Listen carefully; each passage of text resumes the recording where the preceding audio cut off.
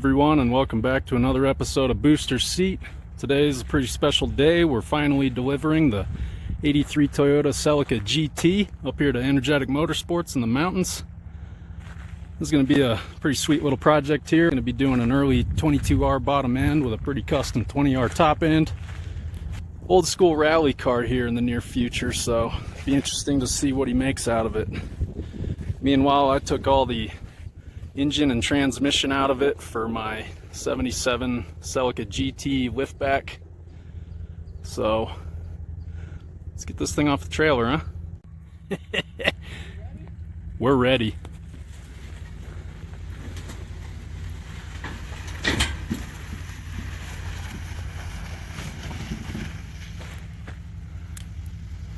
Wow. Look at her go. Alright, that's where she's gonna live for now. Let's go check out this VF1 Haas CNC machine now. Alright, let's see what's going on in here at Energetic Motorsports. Something wacky going on in here, I just know it. Look at this guy. What in the world do we got going on in here?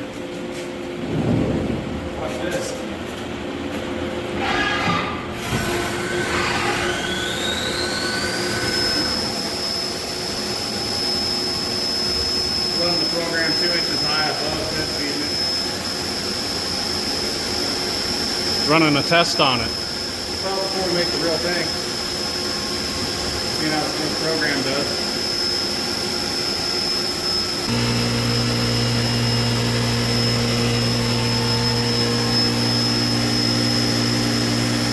And then chips will be flying soon. Yeah, they can fly in the next minute. 0, F1, edit, run. So we run our program here, and I'm going to put the speed down to 25% and hit start. Until it doesn't come on, I got to turn it on.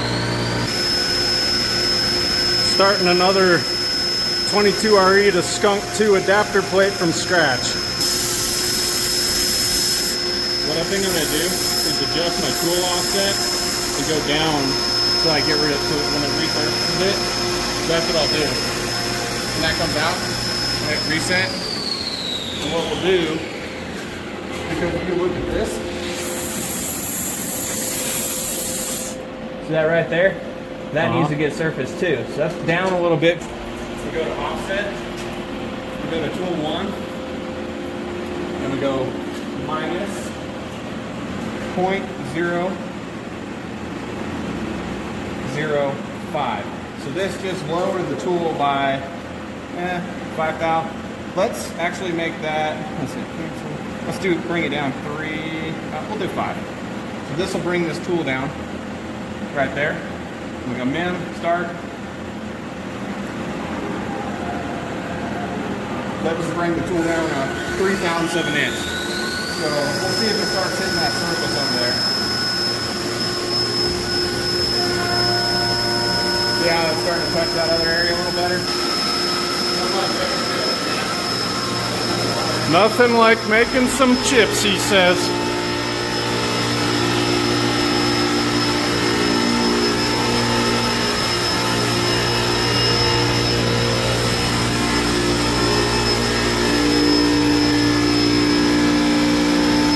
Three-phase rotary inverter. Nice. Little course field cut. When we start doing the adaptive program, I think I'm going to close the door and just crack it for you to watch. Material be flying. Oh yeah. Once this gets this up next part, it gets nuts. This is the second run at this adapter plate, folks. First part on a CNC ever. Look at this thing. Are you kidding me?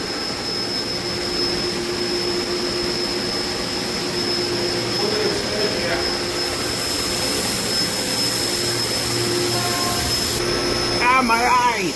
Yeah. It's about to go down. Just adaptive clearing the holes. He'll do this hole, and then it's going to start getting rowdy on the outside. Alright, this is when it gets cool.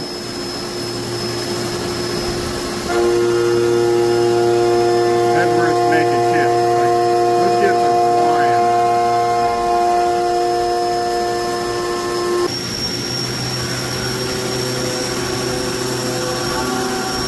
Spitting that stuff around. It's making these ports right here. Yeah. Yeah, check it out. Right now it's doing the next level.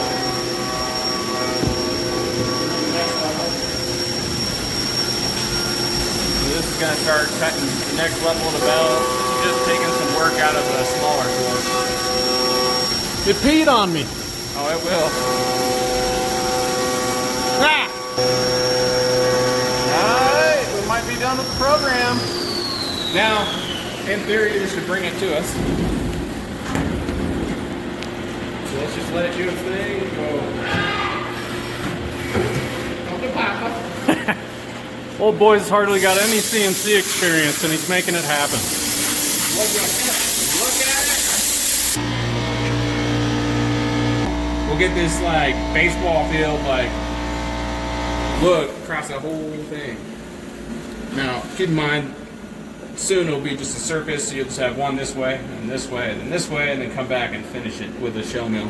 But for now, we do things inefficiently with a 1/2 inch end mill, and we get really pretty results. So, And can't then complain about that. And we'll deburr these edges too here. But first, we're going to drill the holes. and that's part of the next operation, the 7 mil holes. Yeah, we're going to do 7 mil holes, and then we'll come back in and do these 8 mil holes. Basically, these holes here. Here, that bolt to your stock manifold. But first we're going to do the holes that are for your Skunk2 by that plate. So if you want to see what your Skunk2 looks like on them, this is what the Skunk2 will fit like. So this goes on like this. Just about like that on there.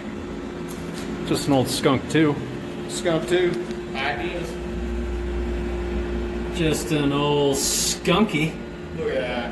Jeez, you got enough air? I don't know. Is that pretty or what? Got a big enough TB? I don't know. Handle jog? So this is our 1/2 inch end mill. Check it out, look for wear. Sounded like something screaming out of Phantasm. Yeah, that's a sound effect user made. It's programmed. So let's give it a nice finish. No chips. Fresh tools. Keep it that way.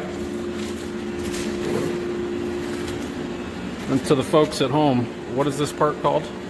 Well, this is a 1/2 inch bull nose end mill, meaning that the very tip edge, which you won't be able to see, has a 30 thousandths radius, meaning that this tool actually leaves a small radius on the very bottom, but it allows these tools to be a little stronger. Lakeshore Carbide actually makes this one. This is a 1/2 inch 3 flute. See those 3 flutes here? And the 3 flute basically works good in aluminum. It actually gives you a nice finish pass and allows you to run a little lower RPM on a machine like what we have that only runs, 7,500 to 8,200 RPM. So, anyways. Looks like a nice piece. And this is an ER32 collet, so uses this collet, which is now dirty from the coolant and material that just went flying. That's this in here, ER32? Yep. Okay. In a Cat 40 holder with Cat a Haas 40 pull-up tool. So, anyways, I'm going to put that up. And I'm going to set up a drill chuck. So we'll put this in the holder. This will be mounted on the machine soon. So this is a chuck collet for drills. Yeah, that looks familiar. So since we need a 6 mil, we're going to be using 6 mil holes to mount to the Skunk. We're actually going to drill a 7 mil hole. So that means we're probably going to use 1964s. Now, the way we verify that is we grab this and we change this to millimeters. Make sure it's zeroed, which we are. Hold this here. So this is actually 7.49. Let's just see if the next one down looks like. I think we might go the next one down. We might use this. A little big, not a big deal, but the more precise we can get, the better. So 7.11, 7.09. That is our tool. So a 9/32 drill bit. Boom. These are actually stub drill bits. They're shorter than normal, so that they get a more precise drill. The longer they are, the easier they get run out side to side. So just Now, are we eventually going to be doing this with metric set? well, not really, because you can use a standard drill to drill a hole, and Because being it's close enough. 7.11, we're good to go. I may eventually do them with the metric, but being 0.1 millimeter larger than the desired hole, no big deal. But this is the tool we'll use to drill the hole. However, I'm first going to do a pet cap on every hole, and I'm going to use a different tool. So first tool, we'll put that Pecking. here. Yeah, I'm going to spot drill it. Spot drill the hole. So let's see. Alright, so this is a spot drill chamfer mill. It's a 1/4 inch 4 flute. Spot drill chamfer mill. Yep. Okay. So what I'll do, set it up in here. I can put this in my ER32 collet as well. And because see how this sticks out so far, I think I will. So I'm gonna go get a 1/4 inch chamfer mill. And get set up. So is this 1/4? I think so. Grab this. Take this end mill out.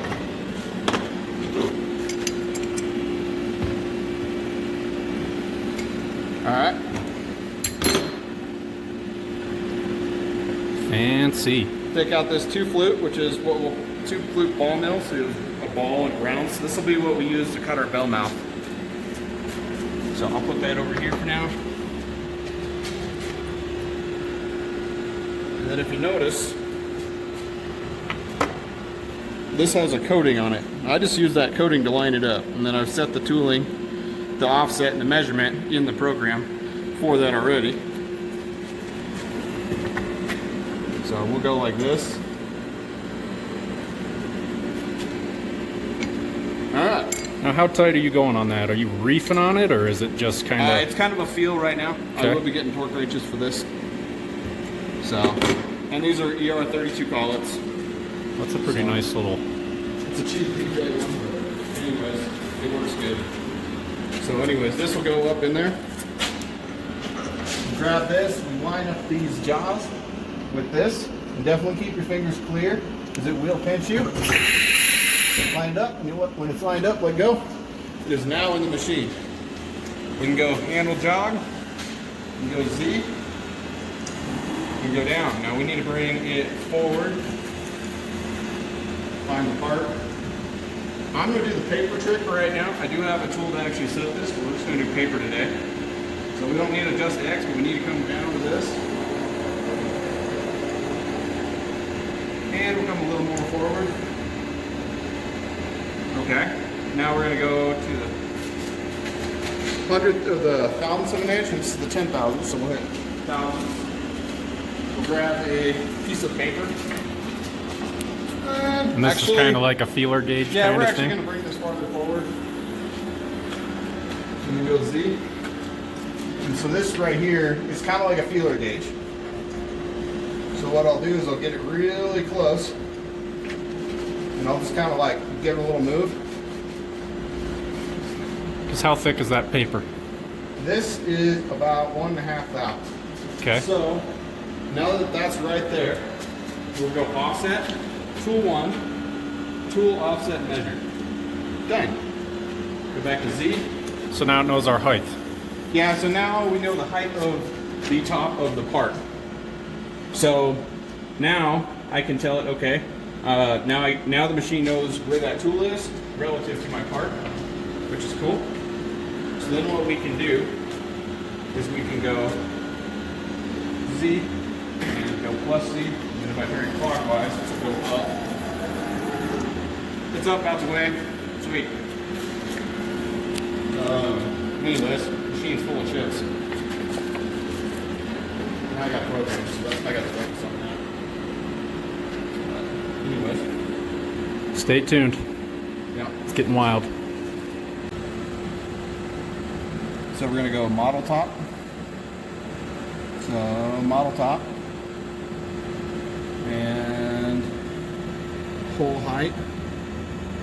We're gonna go model top. And this is the depth that I want it to plunge. So I'm going to have it plunge 0.05.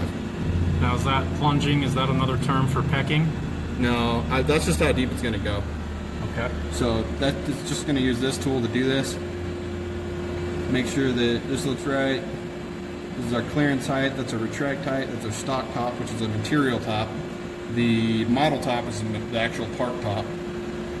So we want to do a wrap it in and wrap it out for just a standard drilling. We could do a pet type drilling or all kinds of crazy type drilling, but we don't need to. So anyways, 39-second operation. And I think we're going to go ahead, while we're here with the spot drill, I think we're also going to spot drill the other 3 holes. So You mean that wacky Toyota pattern? No, just the one on the manifold. Those are actually pretty concentric. The holes are real concentric. I will say the campers aren't.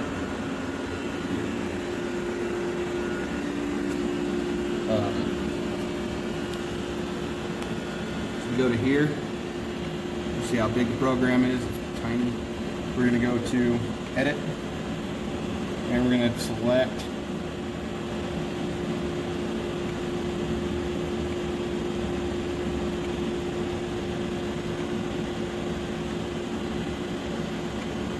and we're going to change this to -0.1. So what that did is it's basically going to go boom, boom, boom, boom, boom, boom, boom, boom, boom, boom, boom, boom. It just basically go all the way around. And we don't want to drill through bottom, we just want to go here. No point in drilling holes yet. We'll do that next. Boom. So now we're all spot drilled out. Don't have to spot drill, but it's really a lot better on your bits, and since we've got time today, we can do that. So what we'll do is we'll go edit, or we will go post process. We'll call this 7778, and we will call this spot drill operation, and we'll go ahead and post this code, save it. Open up Remo CNC. It's called Easy CNC, whatever. We'll open it. We'll go 7778. I need to do a little bit more work on my post-processor code, but right now, I just need to make sure I don't have a G94. Now what's a G94? G94 is just a number that Fusion is a command that Fusion likes to dump in that this machine doesn't support. And G94 basically means when you adjust the speeds in manual mode, that it also adjusts the feed. So the feed moves with the speed. And this machine likes to control those independently, which is actually cooler. So anyways, then we want to make sure we don't have any F500. So F500, we hit search. Oh, sure enough, we got an F500. Now So, what is that, an error? No, it will create an F. Basically, that's a feed for, it should just say, instead of G0, which I need to change that to be G0 in my post processor. So what I'm going to do is change this to F100 just for now. I don't mind it going a little slow. Make sure there's no others. There's no more. Let's go ahead and save it as 778. Yep. All right, now the machine uses a Haas. So we need to go to edit F1. IO, receive RS-232, it says waiting. Then all we have to do is hit send. And now that's sent. This says RS-232 done. Awesome. We can go edit, and then hit here. Then we get setting, and then we have this. So we can actually run this code to check it for errors, and this is just showing what it'll do. And there was no errors, which is cool. So we need to go to edit memory and look at it. There's our tool 1. We just measured its offset position. We need to make sure this is 0.25 diameter. Hit F1 to make that there. If we want to do math, we can hit enter, which would just add that to it, unless I hit minus. Anyway, so we've got that. We want to go up, and then we look for G54. Let's just run this program an inch high. So 1 point and hit F1, and that makes it a 1 inch higher than what it needs to be. Just to be safe. Yep. Once again, it's about to go down. And I'm getting peed on again.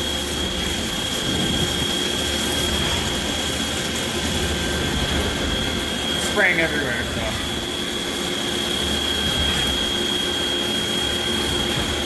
Get a little aggressive on that, but.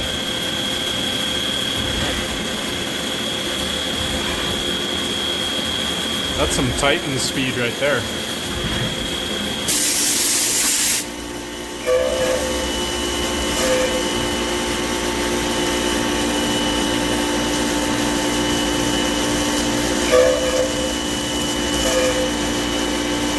That program's done. So now we can go edit, F1, IO, receive RS-232. We're going to pass this program over to it.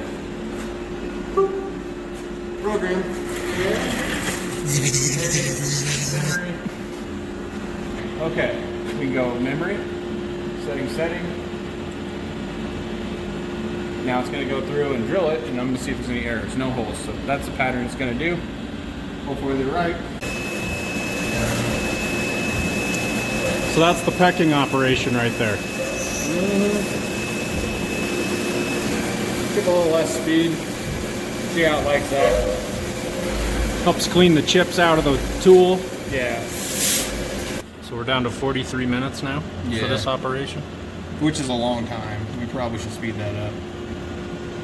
See, there may be some kind of scallop up on the edge, but let's just go to stimulate. Big program. Some serious code going down. Yeah, it's literally dumping that. It's like what it's typing into the machine. Got 38,400 baud rate. And that's everything to make this. So this will, and then if there's any errors that are going to happen in the code, it'll happen here. So you can see it doing the shapes. So what it's doing, it's machining down and then just cutting down the depth we didn't cut earlier. And then it's coming in, and then it'll start doing that shape. And it'll do that. It'll probably come down and do that again. This is going through the code as fast as it can, so this isn't real time.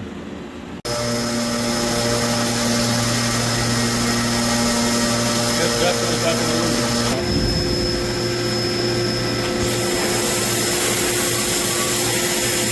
Oh yeah. We have 22,745 lines of code. Gee. 22,745 lines. And that's on just this operation. 22,740 lines of code for a 30-minute operation. Got his custom 3D printed handle on there.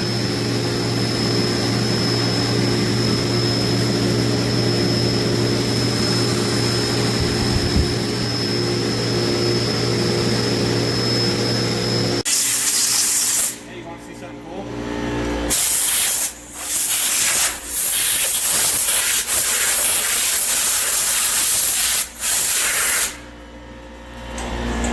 Dang!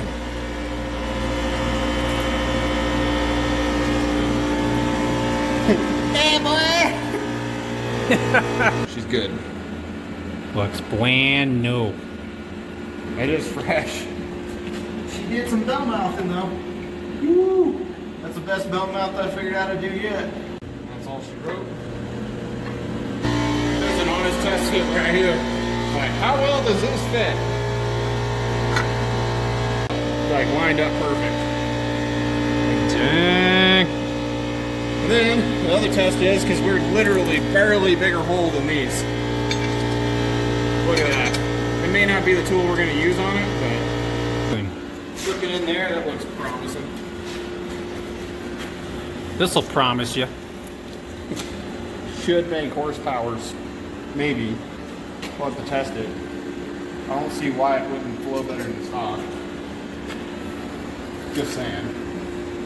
I mean, you're only gonna flow as good as your weakest point, right? So like your lower runners or cylinder head, so whatever. This should help a lot. Scratch up this new part. Sorry, Ray. It ain't scratched. I think you're good.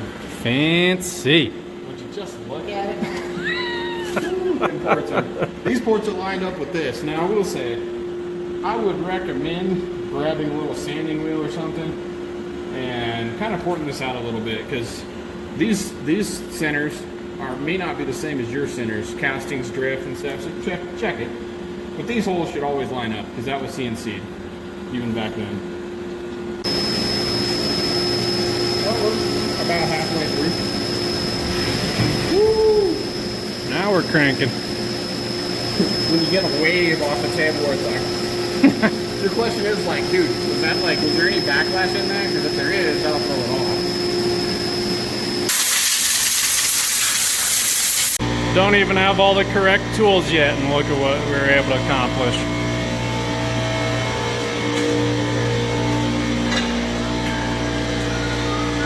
Deburr that and it'll line right up. Not too shabby for just starting out.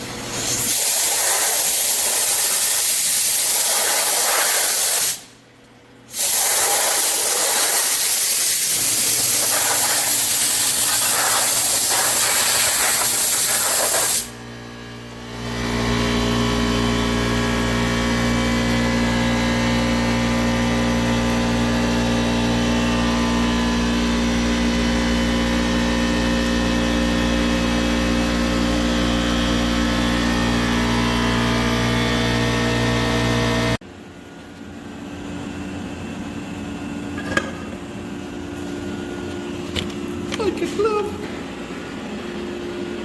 Fourth machine part ever machined. You know? Or run a whiz wheel on this edge. Just run it. Grind it, make it nice, smooth.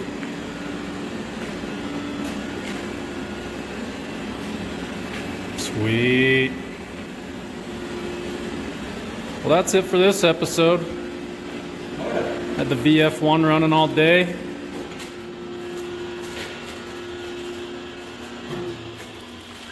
Shut her down.